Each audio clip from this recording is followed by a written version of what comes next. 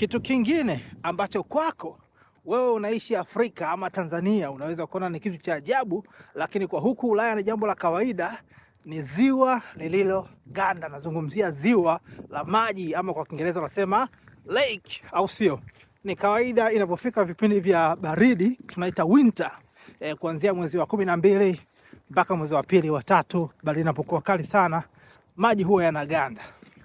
Maji katika sehemu nyingi sana, hususani maziwa na hata baadhi ya mito ambayo haina ile nguvu kubwa huwa inaganda pia. Kwa hiyo hapo unapoona tunatembea kwenye ziwa ambalo limeshaganda na ni salama kabisa, na watu unavyoona huwa wanakuja kujivinjari. Kama unaona nyuma yangu hapo nyuma, ni kawaida sana wanakuwepo watu wengi ambao wanafanya hicho kitu. Hii kitu wanaita skate. Una skate kwenye barafu, au sio? Wengine wanakwenda kambi. Unaona visiwa kule nyuma yangu, kuna nyumba chache zimejengwa, lakini utakutana na barbecues, watu wanakwenda wanachoma sausage, nyama, au sio? Wanajiachia.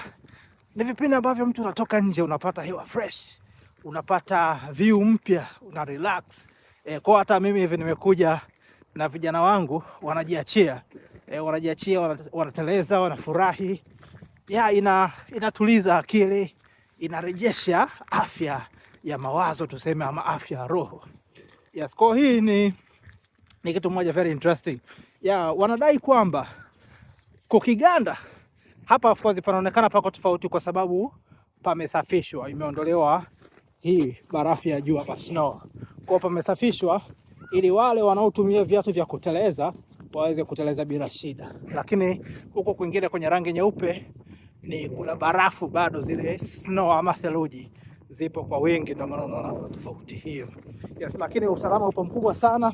Kwa nilikuwa nataka nikwambie kwamba inasemekana hapa kuna zaidi ya sentimita 30 za ice, za barafu ambazo zimeganda, zaidi ya 30. Kwa hiyo inawezekana 50, sijui kama inafika 100, lakini ni zaidi ya 30. Kwa hiyo kati ya 30 mpaka 50 ambayo imeganda, kitu ambacho ndio kinaweka usalama kwa watu kutembea na kufanya shughuli zao juu ya ziwa likiwa limeganda, au sio?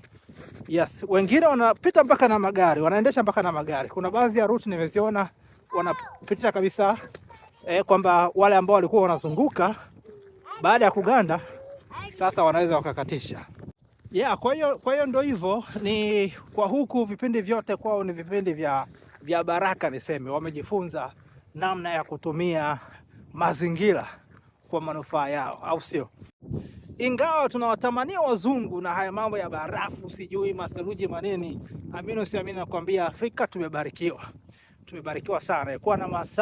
Kuwa na miezi 12 unapata jua, unapata hali ya hewa ambayo haina tofauti kubwa sana. Unaweza ukalima miezi 12.